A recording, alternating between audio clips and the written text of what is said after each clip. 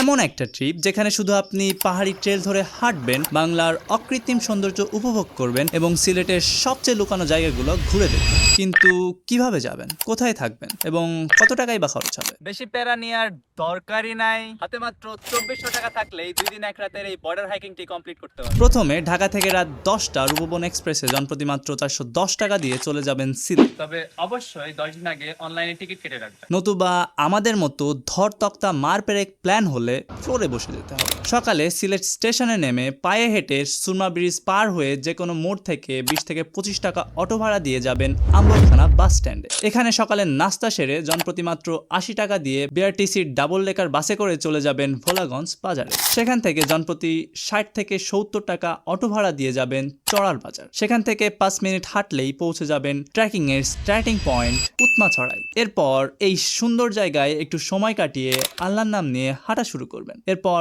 পাহাড় ঘেঁষে হাঁটতে হাঁটতে চলে যাবেন রুদ্রছড়া ট্রেইলে। এখানে রয়েছে রুদ্রছড়া ঝর্ণা, তবে সেটা দূর থেকে দেখাই উত্তম। নতুবা আমাদের মতো পাকনামি করে কাছে যেতে গেলে বিএসএফ এর গুলি অথবা পাথর যে কোনো একটা খেতে পারেন। এরপর হেঁটে চলে যাবেন তুরংছড়ায়। এখানে চাইলেও পথ ভুল করা সম্ভব নয়, কারণ পাহাড়ের গা ঘেঁষে হাঁটলেই ওই স্পটগুলো পড়বে।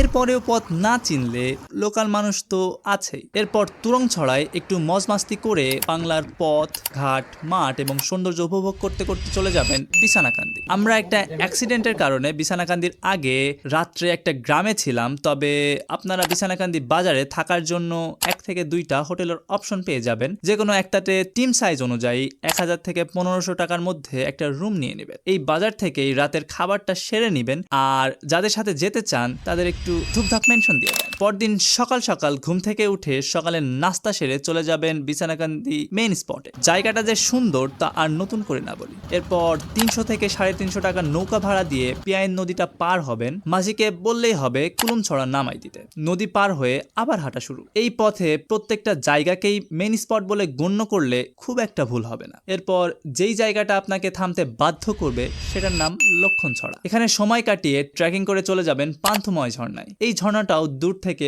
উপভোগ করার মাধ্যমে এই ট্যুরের সমস্ত আনুষ্ঠানিকতা শেষ হবে। এরপর পান্থময় বাজার থেকে জনপ্রতি 50 টাকা সিএনজি ভাড়া দিয়ে চলে যাবেন গোয়াইনঘাট। সেখান থেকে 120 টাকা বাস ভাড়া দিয়ে যাবেন সিলেট এবং সিলেট থেকে রাতের উপবন এক্সপ্রেসে ব্যাক করবেন ঢাকা। ভাড়া পড়বে সেই 410 টাকা। এ পর্যন্ত আপনার ধোয়া ওড়ানো বাদে শুধু থাকা খাওয়া ঘোরা এবং যাওয়া আসা বাবদ খরচ হবে 2300 টাকা। কিন্তু ট্যুরের আগে আপনার এত জায়গার নাম এবং টুকিটাকি খরচ মাথায় থাকবে না। তাই এই ভিডিওর নিচে কমেন্ট করুন ট্র্যাকিং, আমি নিজে আপনাকে একটা ডিটেলস পিডিএফ পাঠাই দিব। বাকি স্ক্রিনে দেখানো বাটনটায় ক্লিক করে দিন। খোদা হাফেজ।